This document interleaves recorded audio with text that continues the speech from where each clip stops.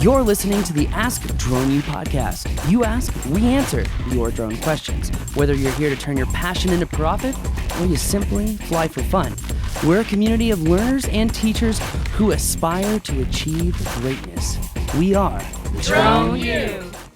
Hey everyone, and welcome to another fantastic episode of Ask Drone U. My name is Paul. And my name is Rob, and we are grateful that you're hanging with us today. Really excited to be diving into this. This is a little bit more sort of business oriented in terms of how do you make yourself valuable to all of the clients that you would love to have out there.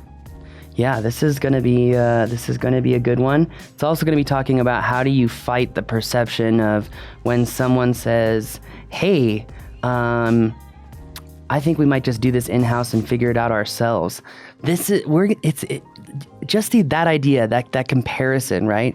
If you're going after clients, let's say in construction, and you want to offer services to them, and then they're considering doing everything in-house, is there a way to essentially utilize calibrated questions and maybe ensure that they don't go that route? We've seen clients back and forth. We've seen the larger construction companies build the programs because they have the time and they have the money to do it. We've seen smaller construction companies attempt to build the programs and kind of fail miserably.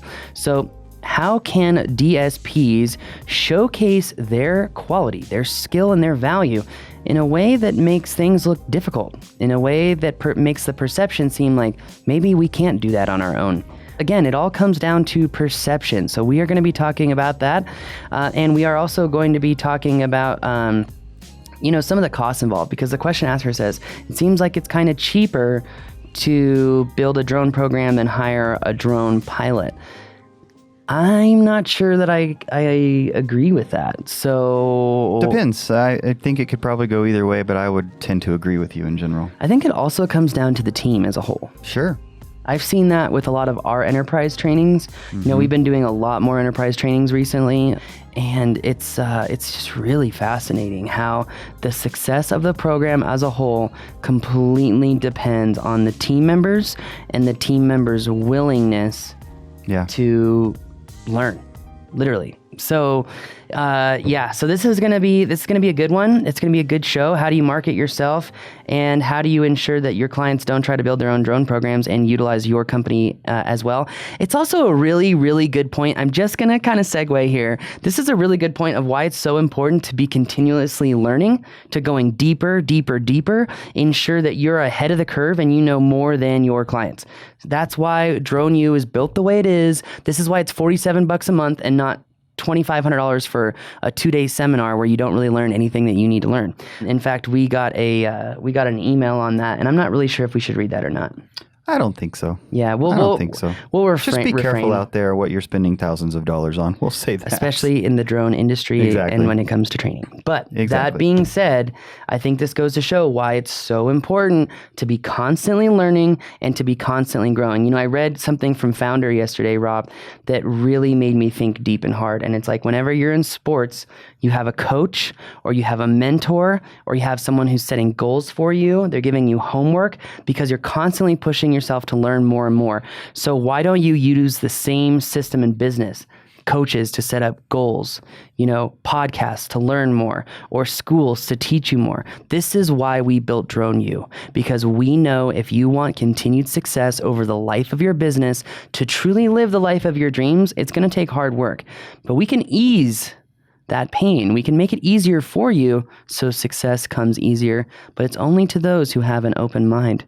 I could go so deep on all the theoretical and ideological rabbit trails right now. But before we do that, let's go ahead and get into today's question, which is actually from one of our Drone U members, Adrian, who had me give him a nice kick in the butt after a consultation in California. Oh, really? Yeah, it's a Spanish thing. There's this TV show, I believe it's in Mexico City, and essentially like it's a good luck thing to kick someone in the ass. Oh, so you're talking literally. I literally kicked him in the ass.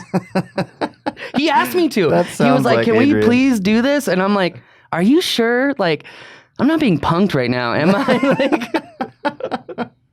And then he showed me the TV show, and I was like, I'll kick you in the ass if you want me to kick you in the ass. I might have a little bit too much fun with this. No, I went easy on him. Did you? Yeah, there was no karate kicking here. That's probably best. Could have been a setup, too. It totally could. Anyways, pay particular attention to the last part of his question. I think that part of the question is just really well said and well phrased, and I think kind of gets to the heart of what's going on here with this particular issue. Hey, Paul. Hey, Rob. This is Adrian with Cascadian Aerial Robotics from Redmond, Washington.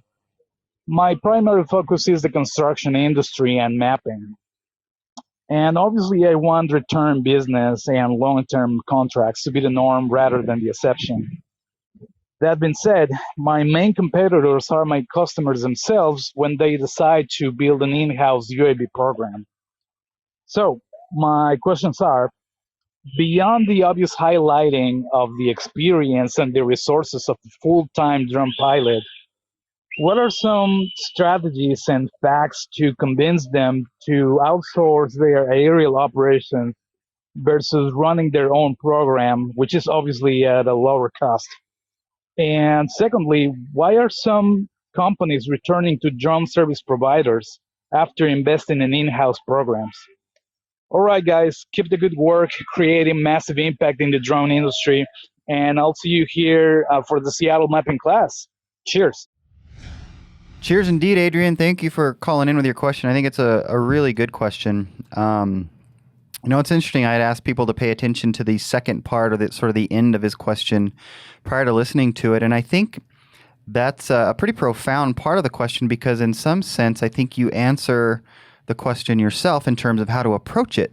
At least that's what I heard. So one of the things that you said is some strategies and facts, which I appreciate you asking it that way, kind of not letting us off the hook of kind of just theoretical stuff.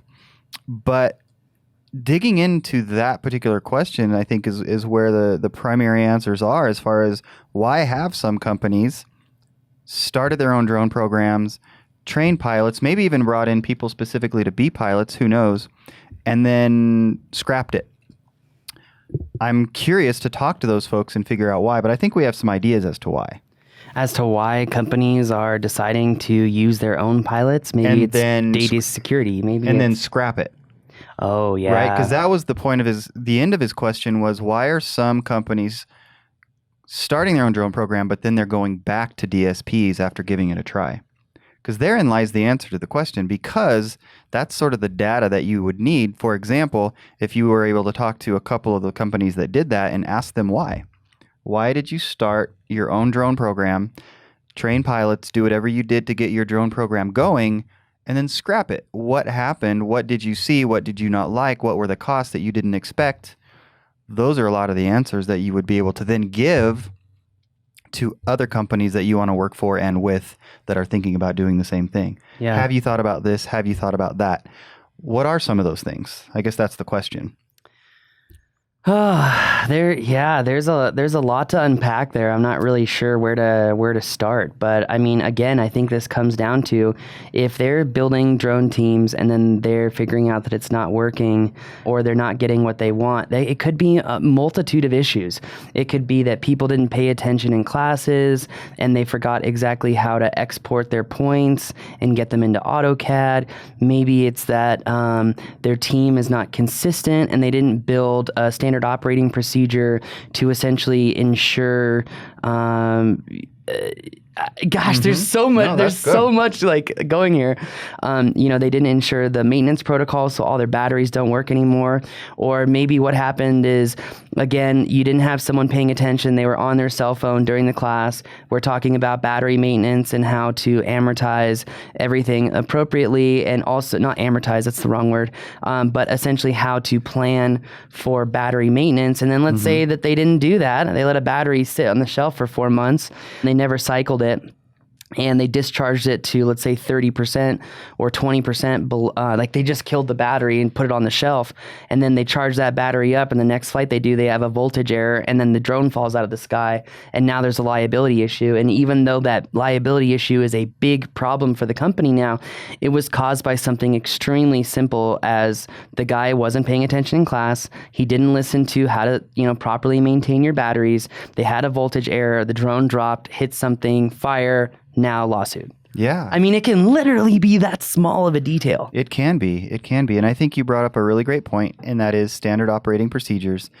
And so what comes to mind for me is various things, but one of the primary things is companies that do well long term, they understand what their strengths are and what they're good at. And typically they have built a team, whether it's a team of 10 or a team of 1,000, they've built teams and this group of people that are equipped, experienced, skilled in, etc., to perform the primary tasks that make that company go, right? Yeah. And so what we see a lot is we see a lot of these companies, say a construction company, say, Johnny over there is young. He played video games.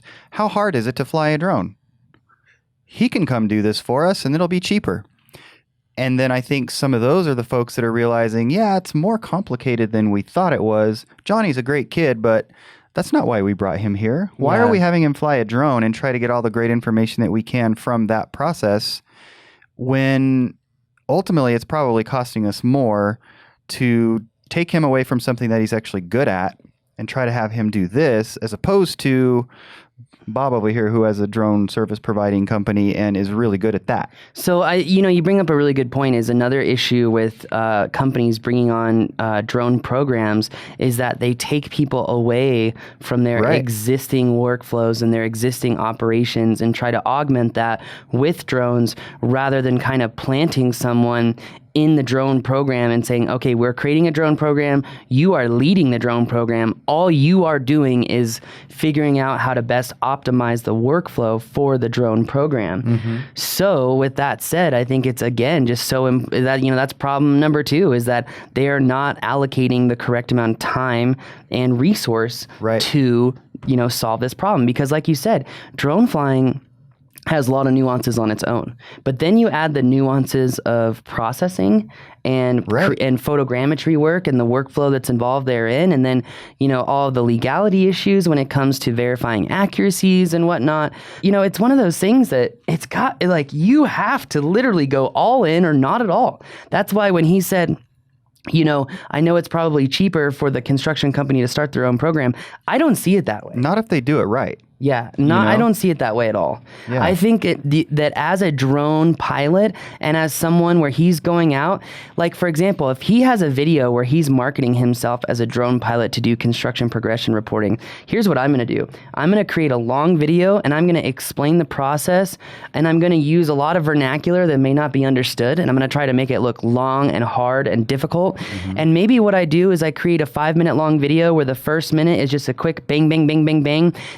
My name is, Adrian Padilla. This is whatever drone company here in Seattle, Washington, and we focus on providing data analytics from the sky.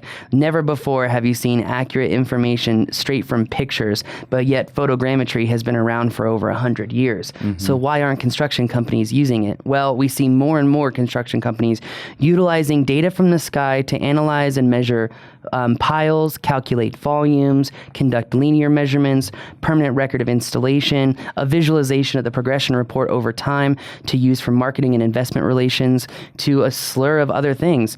The issue is that when we, as drone pilots, it's not just flying a drone and pressing a button. It's processing, it's outputting a deliverable, it's manufacturing and manipulating that deliverable to look good, to create marketing materials and whatnot. This is a workflow. It's a process with nuances in every single step of that process. It's not easy, but because of our time, experience, and repetitive nature, we have mastered this for our clients. Right. We have mastered doing it. We have mastered processing it. We have mastered delivering it.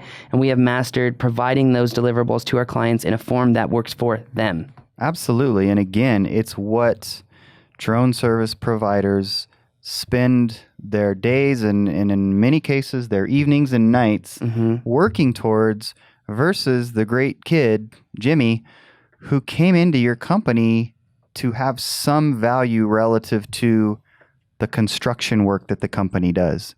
And so I think part of it is it's just folks, leaders of these companies, sort of minimizing ultimately, whether they realize it or not, minimizing the complexity and or the value of flying drones for their business. 100%. Right. And so that's the education that you've got to get through. And part of that is certainly using some of the strategies Paul's talked about in terms of how you present the information and buzzwords and so forth, but also what additional value can you bring from your flying that Jimmy isn't going to be able to bring because he just doesn't have the experience.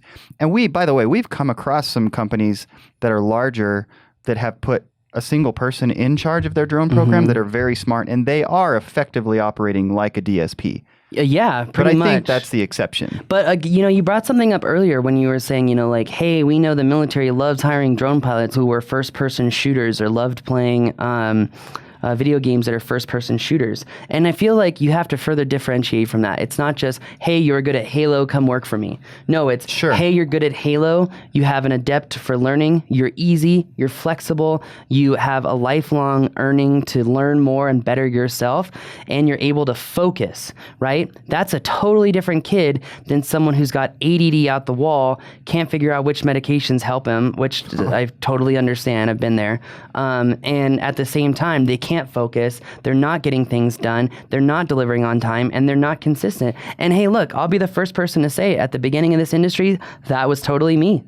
Yeah. That was me. I mean, like, we are all prone to make things seem simple that we don't understand. Sure. That's why I think there's a certain level of education that you have to provide to the client to say, look, there are nuances and thousands of problems that can happen that literally can cause endless liability for a company. That's why you need a professional pilot who's been working with these nuances, who's been working with the airspace and the Federal Aviation Administration to have a firm understanding of where I can fly, when I can fly, and what I can collect.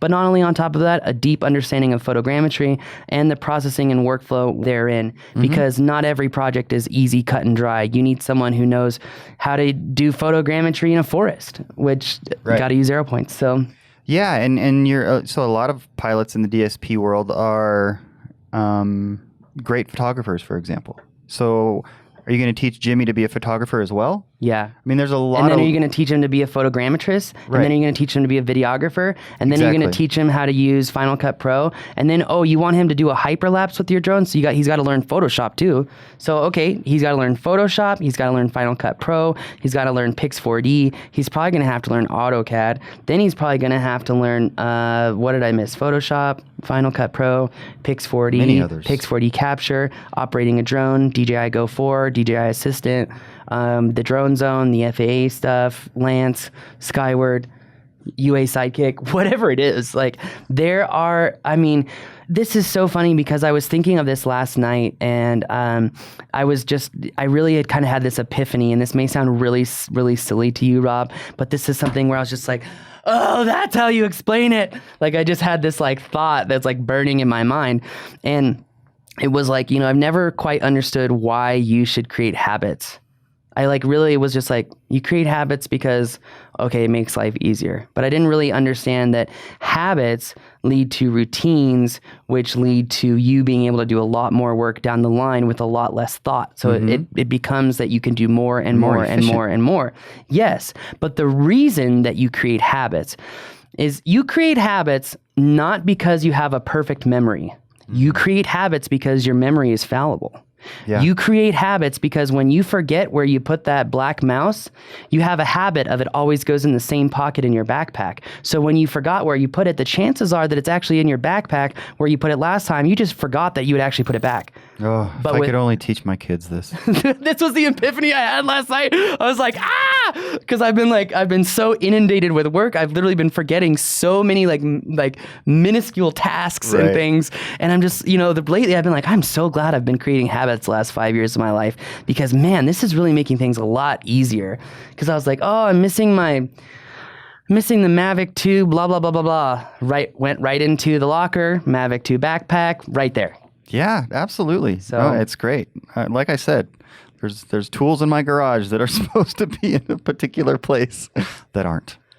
But I'm not bitter. It's so funny because like I rented Rob's house from him one 4th of July weekend. Rented, used, ideologically rented. Anyways. And when I walked into their house, he had this like foyer, but it was cabinets, and like you had this thing on the wall, calendar, keys, all this, and everything had a place. And Sarah walks in there and she's like, this is so relaxing. And I'm like, what are you talking about? Like, look how much stuff there is everywhere. And she's like, but it's all put away. It all has a place. He knows where it is, like where it needs to go. So whenever he needs it, it's right there. And I was just like, you think about these things. I was like, I don't. This is not my world. Yeah. But then I started thinking about it. I was like, damn, woman, you're right. We need this too. Yeah, it's funny. It's funny. And, there are things like keeping up with the technology, right? Somebody who is a DSP, they are going to constantly be involved in the world of drones and knowing what the new and better technology is, which ones you need and which ones you don't. Yeah. I mean, even if you're going to use somebody in your company that's not sort of full-time running the program, then they're probably going to need a consultant, somebody who is working in the industry every day. So you're going to pay for that probably. Anyways, it's a lot to think about, but I think, Adrian, there's a lot of leverage that you have. And again, I just would circle back to you apparently know of some cases in which companies tried and it didn't work. I'd really maybe dig in with those companies and try to figure out why. Heck, I'd like to. And I think that might be something that we'll pursue, is try to find some of those companies and learn more from them. There's so much going on out there. It really is. It's an ebb and flow. It's fun. Yeah, and again, it's not so cut and dry as other writers make it out to be. It's a very complex system and systems of systems where, we're just talking right now. Some companies, like some of the companies that are doing enterprise training with us, are very large construction companies, but they have the time, the resources, and the right people to make it work.